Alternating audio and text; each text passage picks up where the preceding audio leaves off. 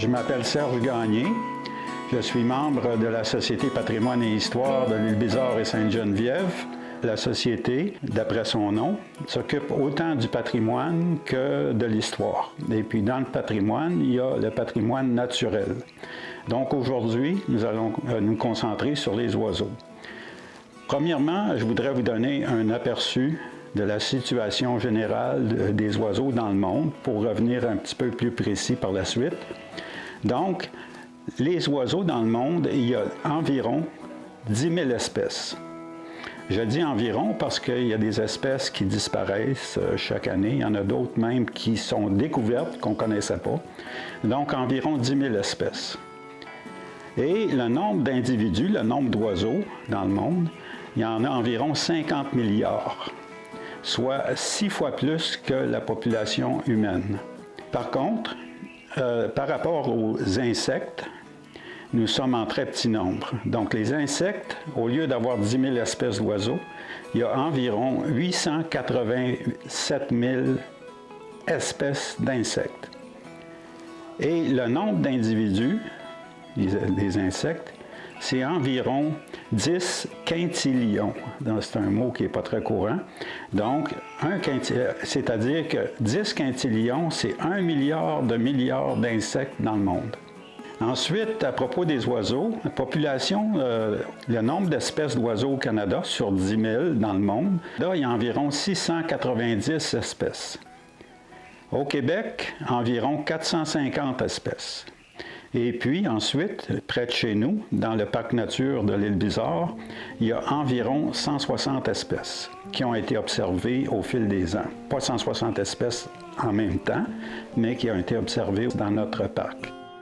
Maintenant, il aurait lieu de parler de ce qu'on appelle les espèces en péril. C'est un sujet très d'actualité maintenant, pas seulement pour les oiseaux, mais pour les animaux en général. À propos des oiseaux, en Amérique du Nord, depuis 1970, on a perdu 3 milliards d'oiseaux. C'est-à-dire un oiseau sur 4.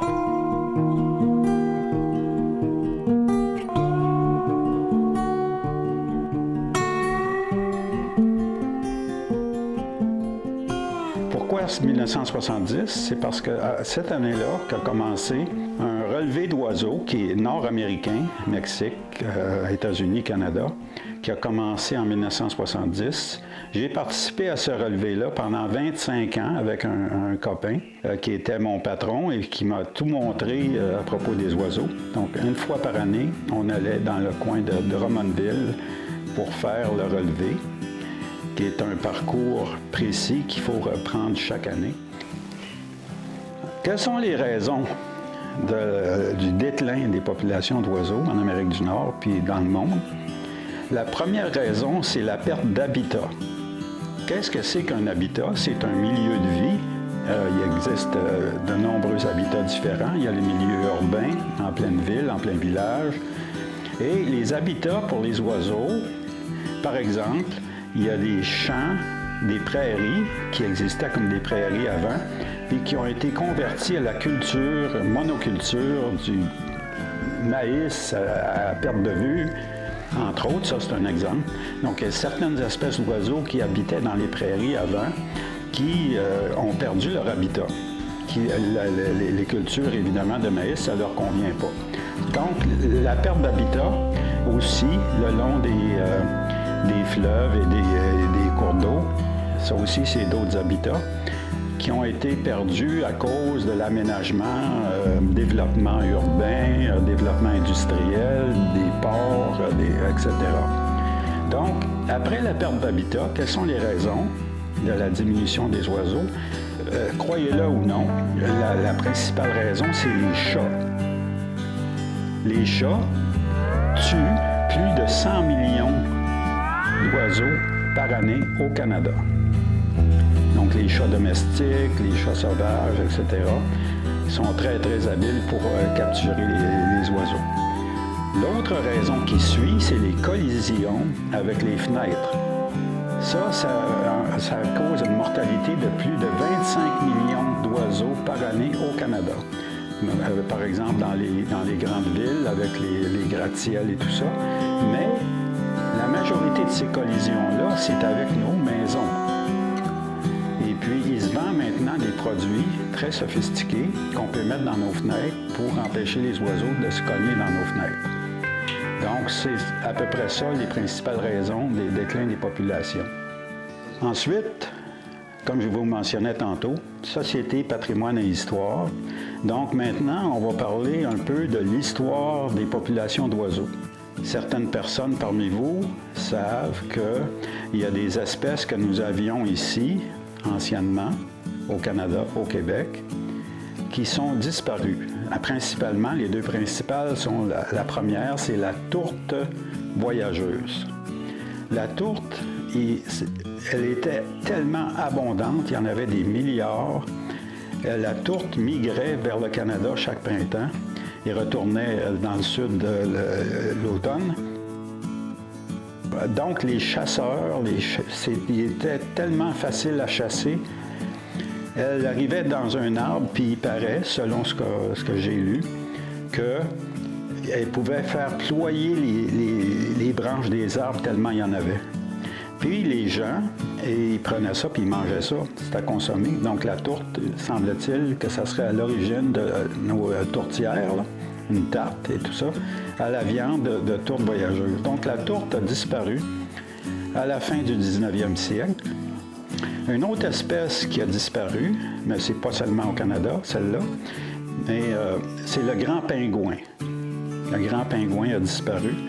Mais nous avons encore une espèce ici, au Québec, qui s'appelle le petit pingouin, qui est possible de voir surtout sur la Côte-Nord et dans Anticosti, un peu partout. C'est un oiseau plutôt aquatique qui vit en colonie, là, donc sur les falaises et tout ça. Ensuite, dans l'histoire des oiseaux, des populations, vous vous en êtes sûrement rendu compte, il y a certaines espèces que nous avions avant puis qu'on n'a plus maintenant, qui sont pas mal disparues. Mais il y en a d'autres qu'on n'avait pas avant puis qui sont maintenant avec nous. Par exemple, le jet bleu, qui était avant plutôt or. Le carouge à épaulettes, maintenant, même dans nos arrière-cours maintenant, ce printemps, il y a plein de carouges à épaulettes. Le cardinal rouge, avant ça, on n'en avait pas. Maintenant, il y en a beaucoup. Le merle d'Amérique est monté vers le nord aussi. La même chose pour le dindon sauvage. Il y en a même à l'île Bizarre qu'on en a vu à un moment donné sur la piste cyclable, des dindons sauvages. Il y a une autre espèce qui s'appelle Urubu à tête rouge. C'est de la famille des vautours.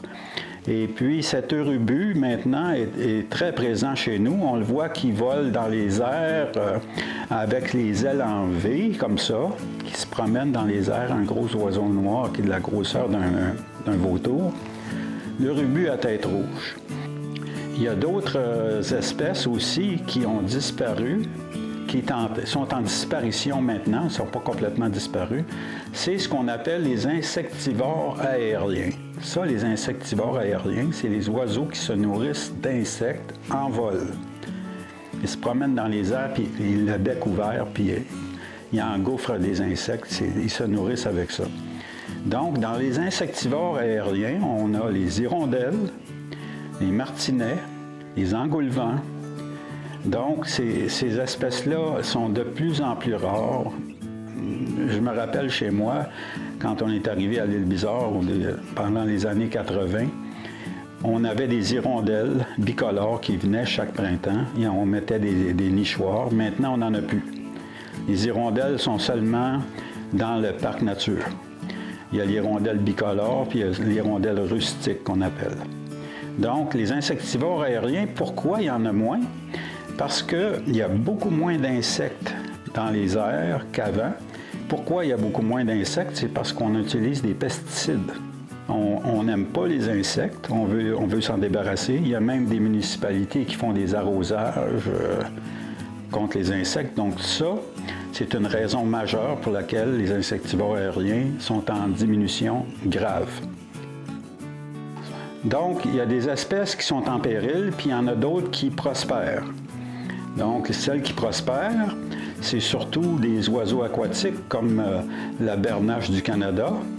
Je suis certain que vous êtes au courant de ça, que c'est une espèce qu'on n'avait pas dans nos parcs avant, mais qui sont maintenant bien établis dans nos parcs. Par exemple, à Sainte-Geneviève, dans les parcs riverains, il y en a beaucoup. Et qui deviennent quasiment comme un fléau pour certaines personnes. Alors, les bernaches, il y a une dizaine d'années, ils ont commencé par le sud de l'Ontario, Toronto. Ce qu'on a maintenant ici, ça existait à Toronto il y a une dizaine, quinzaine d'années, des bernaches dans des parcs. Maintenant, c'est nous, c'est à notre tour.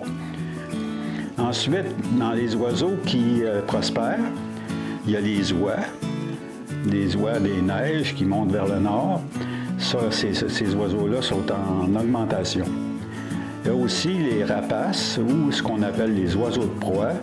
La même chose, c'est des espèces qui sont quand même en bonne posture et puis qui augmentent en population même. Donc, on va parler des aires AIRES. Il y a deux sortes d'aires pour les oiseaux, les populations d'oiseaux. Les biologistes qui étudient les populations d'oiseaux parlent d'aires de répartition. Par exemple, l'hirondelle bicolore, son aire de répartition est quasiment à la grandeur de l'Amérique du Nord. Autant l'hiver que l'été, l'aire de répartition comprend l'aire d'hivernage, c'est-à-dire la zone où les oiseaux passent l'hiver, migrent l'automne, le printemps, reviennent. Ensuite, il y a l'aire de nidification. Elles, ces hirondelles-là se reproduisent dans nos régions. Donc, c'est l'ère de nidification. Maintenant, on va aborder la question des groupes d'oiseaux. C'est lié aux aires, si on veut. Il y a trois grands groupes d'oiseaux ici, en Amérique du Nord. Il y a les oiseaux résidents. On appelle ça les oiseaux résidents. Ce sont ceux qui sont ici toute l'année. Parmi ces oiseaux-là, maintenant, qui sont ici toute l'année, autant l'hiver que l'été, il y a le cardinal rouge, il y a le jet bleu, la corneille d'Amérique, le grand corbeau, le merle d'Amérique même, qui passe toute l'année ici dans certains cas. Donc ça, ce sont les oiseaux résidents. Ensuite, il y a ceux qui s'arrêtent ici en migration. Actuellement, au mois de mai, nous sommes dans la période des migrations, donc il y a bon nombre d'espèces d'oiseaux qu'on va voir dans nos parcs, dans nos forêts, qu'on ne pourra pas voir plus tard dans l'été parce qu'ils sont ici de passage, en migration vers le nord. Ça, c'est un deuxième groupe. Dans ça, on a, par exemple, ce qu'on appelle les parulines. Il y a beaucoup d'espèces de parulines qu'on appelait avant les fauvettes. Par exemple, la paruline du Canada, que vous voyez sur ma casquette. Et ensuite, la paruline croupion jaune, il y en a un bon nombre qui s'arrêtent en migration, mais qui ne seront pas nécessairement ici tout l'été. Les oies des neiges, par exemple, s'arrêtent en migration, mais continuent vers le nord. Ensuite, le troisième groupe, on appelle ça les oiseaux nicheurs. Il existe même des atlas. Au Québec, on est rendu au deuxième atlas des oiseaux nicheurs du Québec. Les oiseaux nicheurs, c'est les oiseaux qui passent l'été ici, à se reproduire ici. Il y a les chardonnerets, les hirondelles, les martinets, les bruants, qu'on appelait avant les pinsons. Il y a les oiseaux de marais, par exemple, qu'on va voir dans le parc de l'île Bizarre. Ces oiseaux-là passent l'été ici, elles se reproduisent ici, c'est les oiseaux nicheurs. En relation avec les migrations, il existe un autre type de migration qui s'appelle les éruptions. Certaines personnes parmi vous se rappellent sûrement qu'il y a quelques années, à l'île Bizarre, on a vu en hiver beaucoup de chouettes laponnes dans le parc et dans les champs qui sont près de l'église et tout ça, alors que c'était moins développé qu'aujourd'hui, donc il y avait des champs et tout ça. Des chouettes laponnes, il y en avait, qui ont passé tout l'hiver ici. Il y avait même des ornithologues amateurs qui montaient du Vermont, de la Nouvelle-Angleterre, pour venir les observer. Donc ça, on appelle ça une éruption. C'est dans un cycle d'environ 7 ans, tous les 7 ans. La raison pour laquelle il y a des éruptions de ces oiseaux-là, c'est parce que les chouettes, les harfans des neiges, aussi il y a des éruptions. C'est parce que ces oiseaux-là se nourrissent de petits rongeurs, des lemmings, des musaraignes. Mais il y a des années où les populations de rongeurs sont quasiment inexistantes. Ça marche par cycle. Il y a un autre groupe d'oiseaux qui font des éruptions aussi. Ça, on en voit dans nos mangeoires, les personnes qui ont des mangeoires chez eux. Ça aussi, c'est par cycle, mais c'est un autre type d'oiseau. Ça s'appelle la famille des Fringillidae. Fringillidae, ça comprend les ciserins, les roselins, les petits oiseaux beaucoup plus petits que les chouettes. Donc, ces oiseaux-là se nourrissent des graines, des cônes de conifères dans la forêt boréale. Mais il y a des années où la récolte, la production de graines de conifères est moindre que d'habitude. Ça aussi, c'est un cycle. Donc, on les voit en hiver qui descendent vers le sud pour se nourrir, comme les chouettes, mais descendent vers le sud. Ça, c'est un autre type de migration. C'est une migration inverse, si on veut, parce que la plupart des oiseaux montent vers le nord depuis le sud. Alors, ceux-là descendent vers le sud. Nous sommes à l'entrée du parc nature de l'île Bizard, du bois de l'île Bizard, dans l'arrondissement île Bizard-Sainte-Geneviève. J'aimerais vous parler brièvement de l'historique du parc nature, parce que c'est un véritable joyau de l'arrondissement. C'est un territoire qui a une superficie de 291 hectares. Peut-être que ça ne vous dit rien, mais j'ai fait une petite recherche. Et puis 291 hectares, ça équivaut à 470 terrains de soccer. Donc ça donne une idée de l'étendue de ce parc-ci. C'est le deuxième parc en superficie dans la ville de Montréal, la grande ville de Montréal. Le premier parc, c'est Cap-Saint-Jacques, de 330 hectares. Mais ici, on a la particularité d'avoir des habitats, des milieux naturels différents. C'est très diversifié ici. Donc, nous avons, entre autres, une érablière centenaire qu'on va voir plus tard. Nous avons des marais, chose qu'ils n'ont pas à Cap-Saint-Jacques, ils n'ont pas de marais. Et puis, on a aussi 2 cèdrières, c'est-à-dire des peuplements de cèdres, de tuyas d'Amérique. Et puis aussi une plage, comme à Cap-Saint-Jacques, ils ont une plage aussi. Je voulais mentionner aussi un bref historique de ce parc-là, vu qu'on est dans une société d'histoire et du patrimoine. Donc, ce parc-ci, son histoire commence en 1988. 1988, c'était à l'époque qu'on appelait de la CUM, c'est-à-dire la Communauté urbaine de Montréal, avant qu'on devienne la ville de Montréal comme telle ici. Donc, en 1988, les autorités de la CUM voulaient aménager un parc ici. Il y a eu des études qui ont été faites, puis c'était très, très propice. Il y avait plusieurs milieux naturels et tout ça. Ils ont commencé à négocier avec le propriétaire du territoire, qui était Mario Grilli, le promoteur immobilier Grilli, en 1988. Donc, lui, en 88, il demandait 32 millions pour 150 hectares. Comme je vous l'ai dit tantôt, maintenant, le territoire, le parc, a 291 hectares. Donc, il y a eu des négociations. C'était considéré comme beaucoup trop cher. Fait que les négociations ont duré 2 ans. En 1990, il y a eu une entente entre Mario Grilli et puis la CUM pour 13,5 millions pour 127 hectares. Après ça, ça a pris 3 ans pour aménager le parc, pour en faire un parc fréquentable par les citoyens. Les sentiers, les passerelles, la signalisation, etc. Donc, ça, c'était en 1993 que ça a ouvert. 30 ans plus tard, aujourd'hui, imaginez-vous que le parc a doublé de superficie. Donc, au cours des 30 dernières années, les autorités municipales ont acheté des terrains pour agrandir le parc, donc on faut leur être reconnaissant pour ça. Maintenant, j'aimerais vous présenter un ex-collègue et un ami qui s'appelle Pierre de Tonnancourt. Et puis, il est avec nous pour me soutenir un peu dans la question des oiseaux parce que Pierre, en fait, est un biologiste de formation, de longue expérience, et puis il est spécialisé dans les insectes. Donc, il est entomologiste. Mais il s'intéresse à tout ce qui touche la nature, en particulier aussi les oiseaux, et puis la végétation, les arbres, les plantes indigènes, à peu près tout dans la nature. Donc, c'est pour ça qu'il est avec nous aujourd'hui. Aussi, je voulais mentionner que nous allons faire seulement aujourd'hui un survol, parce qu'il y a des sujets dans ça, il y a des aspects dans ce dont on va parler aujourd'hui.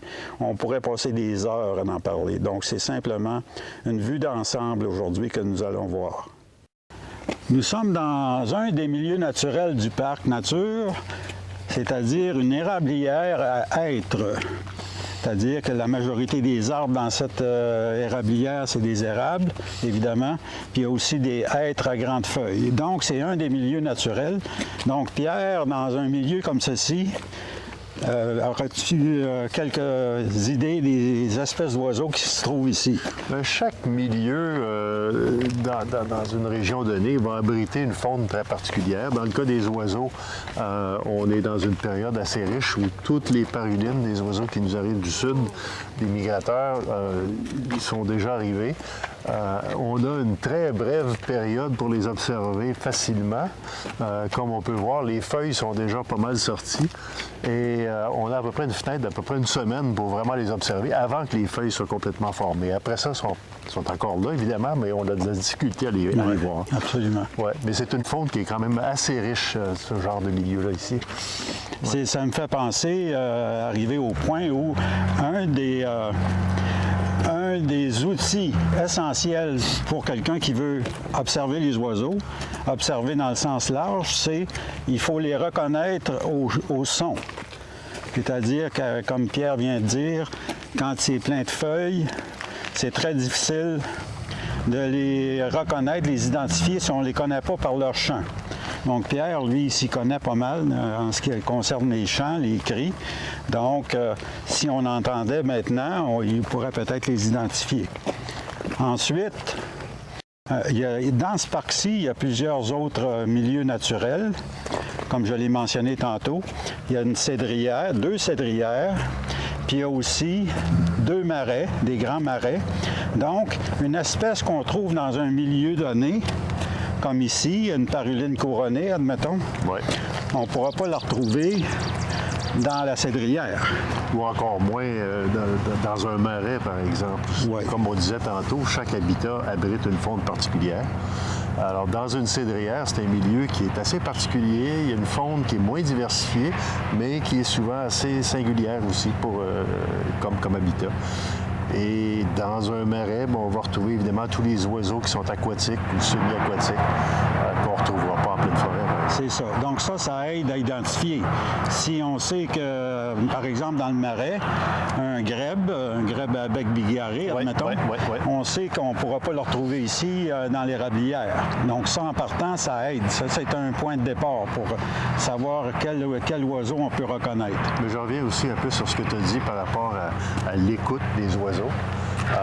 Dans bien des cas, on va se promener, on ne les verra pas immédiatement et c'est uniquement en écoutant comme il faut, comme dire « Ah, tiens, il y a telle espèce d'oiseau. Oui. » Et à partir de là, on peut les rechercher. Et souvent, on passerait, si on n'écoutait pas, on passerait à côté sans même les voir. Oui, absolument, absolument.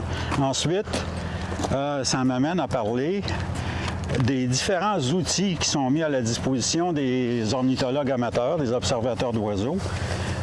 Aujourd'hui, de nos jours, avec la technologie, il y a beaucoup d'outils qu'on peut utiliser.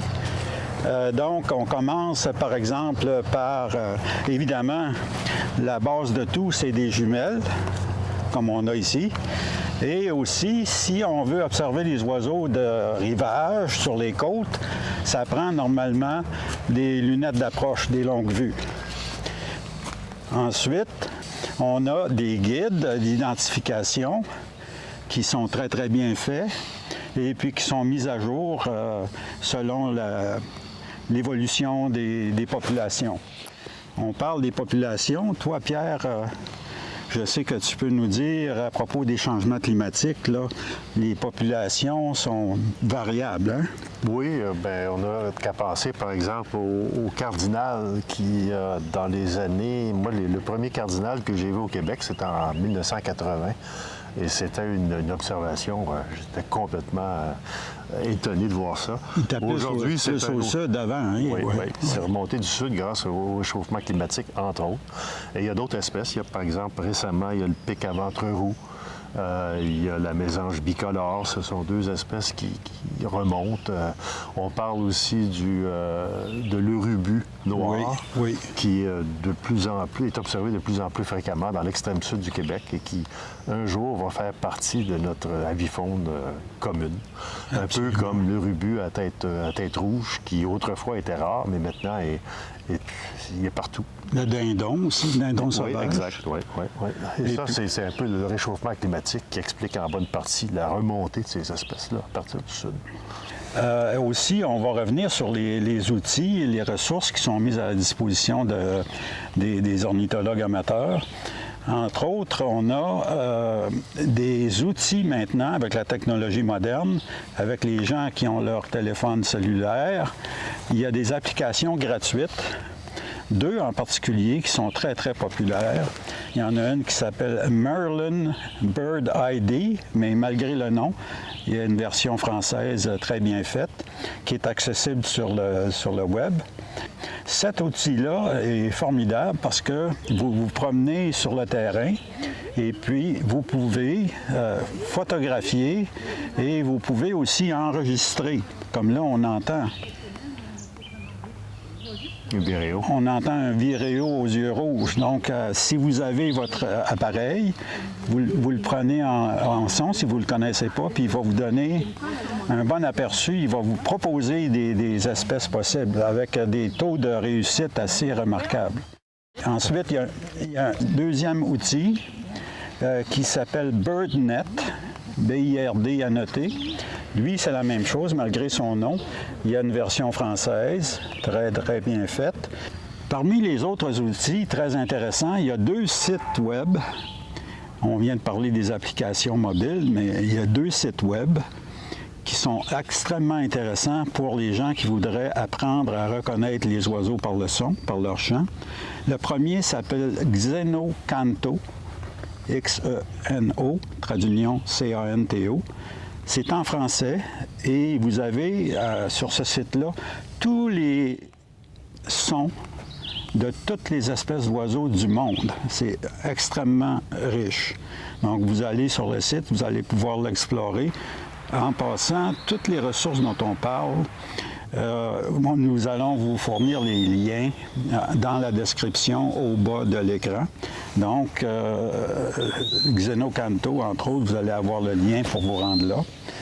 Ensuite, il y en a un autre site qui s'appelle Dendroica, D-E-N-D-R-O-I-C-A, Dendroica, qui, lui, en plus des sons, il y a des photos, des images des espèces d'oiseaux. Il y a un jeu questionnaire aussi pour l'apprentissage. Donc, c'est très, très riche, ça aussi. Maintenant, Pierre, il va nous parler d'autres outils. Oui, il y a un autre outil, justement, dont je voulais parler, qui est très utile. C'est l'Atlas des oiseaux nicheurs. On a eu à date 2 versions. Et on peut, à ce moment-là, avec ces outils-là, suivre l'évolution des populations des oiseaux qui vivent au Québec. Il y a des atlas des oiseaux nicheurs qui ont été faits pour d'autres régions aussi, d'autres provinces, mais pour l'instant, on va parler de celle du Québec. Et ça permet de suivre donc l'évolution des populations des oiseaux qui vivent au Québec ou qui migrent vers le Québec. Et on se rend compte en consultant ces ouvrages-là, par exemple, dans la première version, il y avait une espèce qui n'y figurait même pas, c'était le pic à ventre roux. Et à la faveur du réchauffement climatique, on s'aperçoit que cette espèce-là, maintenant, est rendue presque, je dirais, relativement commune dans l'extrême sud du Québec. Et maintenant, on la retrouve dans l'Atlas des oiseaux nicheurs, la version 2. Alors, c'est un bon exemple, justement, de l'utilité de ce genre de document-là. Oui, puis ça, ces atlas-là sont constitués, ça prend 5 ans pour ramasser toutes les données. Puis c'est toutes des bénévoles. Pierre, à cause de sa formation et de sa longue expérience, comme je l'ai mentionné tout à l'heure, en entomologie, c'est-à-dire l'étude des insectes, lui, il peut nous parler des insectes par rapport à notre participation comme observation des oiseaux. Les insectes, Pierre, il y a des inconvénients, disons. Oui, bien disons que faire de l'observation d'oiseaux, et en particulier de l'écoute d'oiseaux, ça prend une certaine concentration. Et il y a certains insectes qui réussissent à un peu déjouer notre concentration. On pense par exemple aux moustiques. Il y en a d'ailleurs quelques-uns qui nous tournent autour actuellement. Il y a des mouches noires. Je me rappelle d'avoir essayé de faire une séance d'écoute dans le bout de Saint-Michel-des-Saints. Et avec un nuage de mouches noires autour, disons que la concentration n'y était pas tellement. Oui, absolument. Un autre organisme qui peut causer des problèmes et qui, malheureusement, semble en pleine expansion vers le nord, ce sont les tiques. Et il y a 2 espèces qui sont relativement communes dans le sud du Québec. Il y a la tique du chien, cette grosse espèce qui peut presque atteindre 5 mm, et la tique à pattes noires. La tique à pattes noires est plus petite, mais elle est problématique dans la mesure où c'est l'agent de transmission de la maladie de Lyme. Alors ça, c'est une dimension dont on ne peut pas oublier cette dimension-là quand on va sur le terrain. Je ne suis pas un très bon exemple en ce moment parce que normalement, quand on va dans les régions où il y a des tiques, on devrait s'habiller en pâle, du linge relativement pâle, de manière à pouvoir apercevoir les tiques qui pourraient grimper sur nous. C'est une précaution à prendre. On devrait aussi se rabattre les bas par-dessus les pantalons, utiliser de l'insectifuge pour vaporiser de l'insectifuge sur les jambes, par exemple. Et, c'est des précautions à prendre quand on va. Et quand on revient d'une sortie sur le terrain, il est toujours bon d'aller prendre une douche et de vérifier son linge et de s'examiner minutieusement de manière à éventuellement trouver toutes les tiques qui pourraient être sur nous. Il n'y en a pas des milliers de tiques, mais il y en a quand même. Ça en prend 1 ou 2 pour potentiellement causer des problèmes. Toutes les tiques ne sont pas nécessairement vectrices de la maladie, mais c'est une précaution à prendre quand même. D'ailleurs, comme tu l'as mentionné, on a des moustiques qui nous tournent autour de la tête ce matin. On n'a pas mis d'insecticide, là, mais c'est ça. Ensuite, il y avait le virus du Nil. Oui, bien ça semble être on en parle beaucoup moins du virus du Nil. C'est un peu comme si, dans le fond, c'était presque plus une menace. Moi, je sais bien que depuis des années, je me promène, je me fais piquer à je ne sais pas combien de milliers de fois par été. J'ai l'impression que si j'ai peut-être déjà eu le virus du Nil sans même m'en rendre compte. Oui, c'est ça.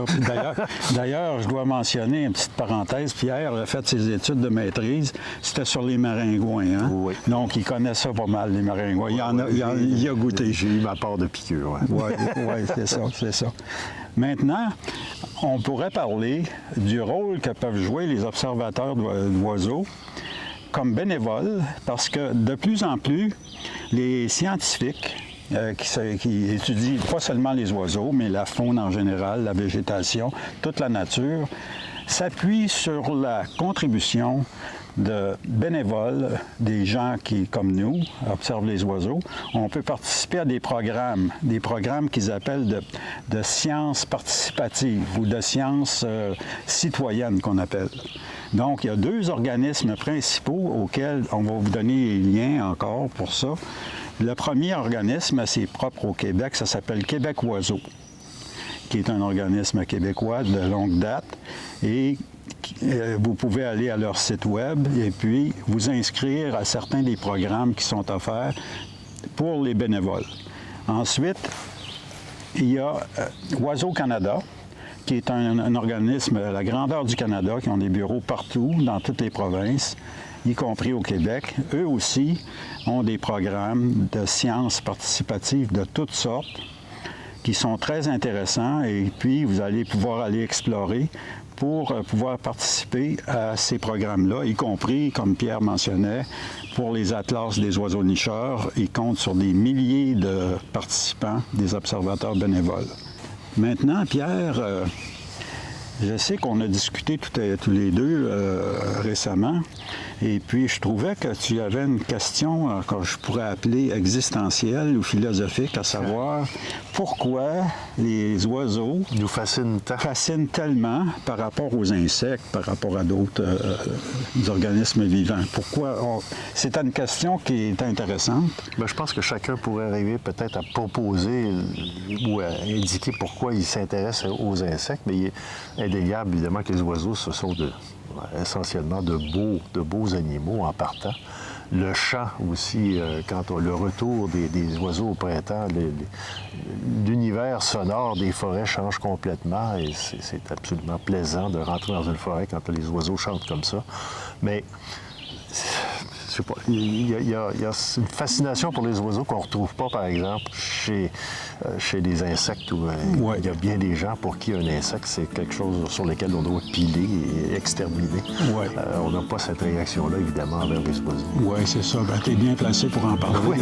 Parce que lui, c'est un véritable maniaque. Il va sur le terrain, puis la nuit, le jour. Voilà. Un gars qui a des bébites.